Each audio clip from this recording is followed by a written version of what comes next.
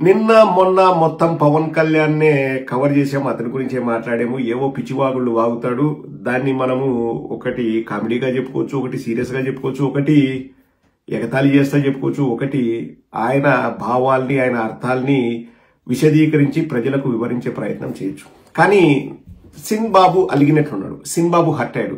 ఇదేంటిది, మాకు కదా 134 సీట్లు ఉన్నాయి, వాళ్లకు కేవలం 21 ఎన్నో ఉన్నాయి కదా వాళ్లకు సీట్లు, వాళ్ళు ఏం పొడిచినారు, ఏమి చించినారు, ఏమి చాటేసినారని చెప్పేసి పవన్ కళ్యాణ్ అట్లా ఊగిపోతున్నాడు. నేను ఏదైనా మంచి మాటలు చెప్తే ఎవరు పట్టించుకోరు, నేను వచ్చేసి నా తెలివితేటల్ని, ఇక్కడ మీరు గుర్తుపెట్టుకోవాల్సింది అతని తెలివితేటల్ని, నా తెలివితేటల్ని నేను ప్రదర్శిస్తే తప్ప మళ్ళీ మీడియా అటెన్షన్ ని నా వైపు తిప్పుకోలేము అని చెప్పేసి నిన్న అసెంబ్లీ సాక్షిగా ఒక అద్భుతమైన జ్ఞాన గుళికను రాష్ట్ర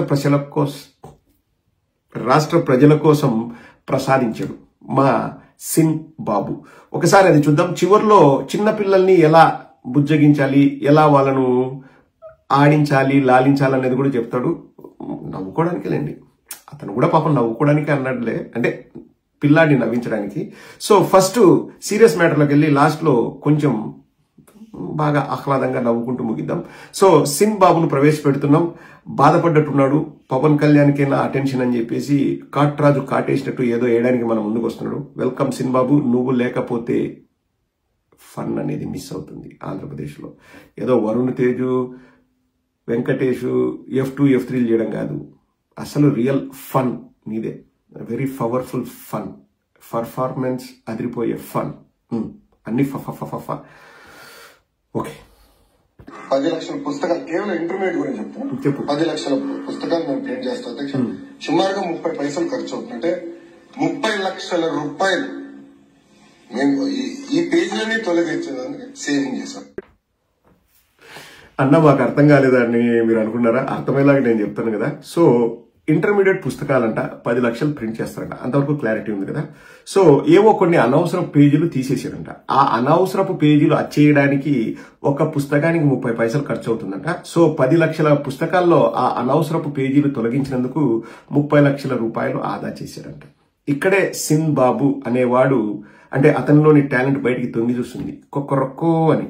ఇప్పుడు ఒక పుస్తకానికి 30 పైసలు సేవ్ చేశాడు అనుకుందాం, ఆయనకు అర్థమయ్యేలాగా చెప్దాం. నాది సైన్స్ బ్యాక్గ్రౌండ్ అయినా ఈ రోజు లెక్కల మాస్టర్ అవతారం ఎత్తాల్సి వచ్చింది. నాకు 10th లో 100 out of 100 అండి మ్యాథ్స్ లో, కానీ మెడిసిన్ ఇంట్రెస్ట్ అయ్యి బైపీసీ తీసుకున్నాను, మనకు లెక్కలు బాగా వస్తాయి.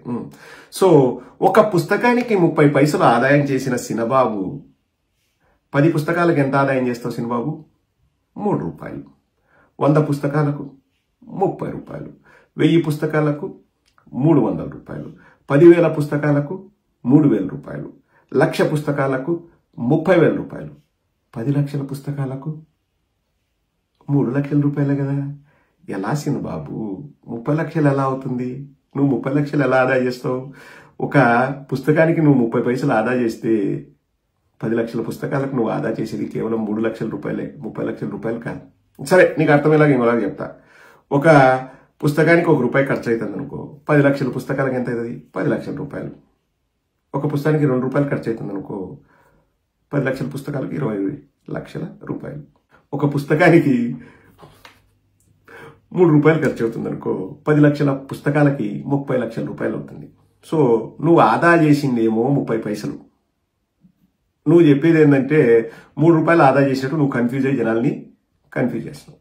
ఇది అంటే ఇది ఎందుకు చెప్పాల్సి వస్తుందంటే, నారా లోకేష్ అనే వ్యక్తి ఇంతకుముందు కూడా ఒక మాట అన్నాడు. ఇండియాలో 100 సెల్ ఫోన్లు తయారవుతుంటే మన ఆంధ్రప్రదేశ్లో 265 సెల్ ఫోన్లు తయారవుతున్నాయని ఇంతకుముందు చెప్పాడు. అదొక జ్ఞాన గుళిక. ఇండియాలో 100 అవుతుంటే ఆంధ్రాలో 90 అయినా అర్థం ఉంది. ఆంధ్రాలో 265 ఎట్లయితుంది అంటే ఆంధ్రప్రదేశ్ ఇండియాలో లేదా?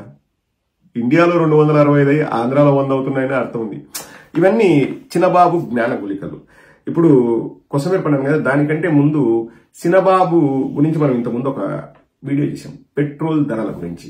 సో మళ్ళీ ఎక్కడో సినబాబు పెట్రోల్ బంక్ వైపు ఆశగా ఆబగా ఎదురు చూస్తున్న లేకపోతే చూపిస్తున్న ఫోటో ఒకటి మళ్ళీ ఎవరో మన మిత్రులే పెట్టారు. ఆ ఫోటో ఒకసారి చూపిస్తాను చూడండి.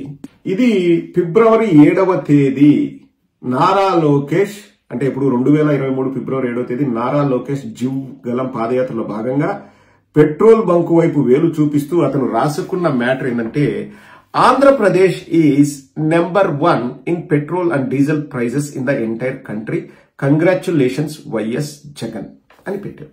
సరే, ఆ రోజు నెంబర్ 1 లో ఉండింది కదా. ఈ రోజు మనకున్న రాష్ట్రాలలో చివరి స్థానంలో ఆంధ్రప్రదేశ్ ఉంటుందేమో, ఎందుకంటే సిన్బాబు వాళ్ళ అబ్బా ఇద్దరు అధికారంలో ఉన్నారు కదా అని చెప్పేసి నేను ఎంతో ఆతృతగా ఏఐని అడిగా. అంటే ఆర్టిఫిషియల్ ఇంటెలిజెన్స్ ని అడిగితే నాకు వచ్చిన రిపోర్ట్ ఏంటంటే మీకే చూపిస్తాను చూడండి.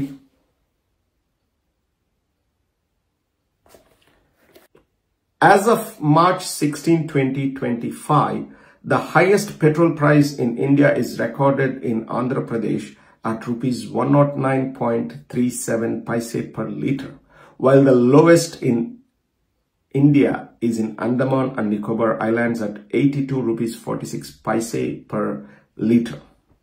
So, ఇప్పుడు అంటే ప్రపంచానికి చదువు చెప్పే పెదబాబు, ఆ చదువుని మనకు పంచే సిన్బాబు పరిపాలన చేస్తున్న రాష్ట్రంలో ఇప్పుడు కూడా పెట్రోల్ ధరలు దేశంలోనే ఏ రాష్ట్రంలో లేనంత ఎక్కువగా ఉన్నాయి. ఏ సినబాబు, నువ్వు వచ్చిన తర్వాత తగ్గిస్తా, నా దగ్గర ప్రణాళిక ఉందని జాఫర్ ఇంటర్వ్యూలో నువ్వు చెప్పావా లేదా? పెట్రోల్ ధరలు పెరగడం వలన పక్క రాష్ట్రాలకు వెళ్ళి పెట్రోల్ కొట్టించుకోవడం వలన మన రాష్ట్రానికి ఆదాయం తగ్గిపోతుంది అని చెప్పేసి నువ్వు ఇంతకు ముందు నీ శైలిలో, తనదైన శైలిలో ఇంతకుముందు నారా లోకేష్ చెప్పాడు కదా. మరి ఇప్పటికీ మన రాష్ట్రం నెంబర్ 1 స్థానంలో ఉంది అధిక పెట్రోల్ ధరల్లో. ఎందుకు? జగన్మోహన్ రెడ్డి గారి హయాంలో పెట్రోల్ ప్రైజ్లు ఎలా ఉన్నాయో ఇప్పుడు కూడా అలాగే ఉన్నాయి. మరి ఆ రోజు ఎందుకు జీవగలం పాదయాత్ర చేస్తా ఈ నాటకాలన్నీ ఆడాడు నారా లోకేష్? మనం ప్రశ్నించాలి కదా. ఇప్పుడు తగ్గించేసి అన్ని రాష్ట్రాల కంటే మన రాష్ట్రం అతి తక్కువ ధరకు పెట్రోల్ ఇస్తుంటే అబ్బా కొడుకుల్ని మనం గొప్పని ఒప్పుకోవచ్చు. ఎందుకు ఇవ్వట్లేదు? సరే, ఇలా అడిగామనుకోండి, చిన్నపిల్లాడిని ఎలా ఆట పట్టిస్తున్నాడో మనల్ని కూడా ఆట పట్టించగలడు. చిన్నపిల్లోడిని ముద్దాడుతున్నాడు నారా లోకేష్. ఏం చెప్పాడో నాకైతే అర్థం కాలేదు, అర్థమైన వాళ్ళకి అర్థమైనంత. సో నారా లోకేష్ బాధపడకు, నిన్ను కూడా మేము వార్తల్లో నిలుపుతూనే ఉంటాము. నువ్వు ఏవైనా చెబితే అవి ప్రజల్లోకి చేరవేసే బాధ్యత మాది. I'll see you in my next video.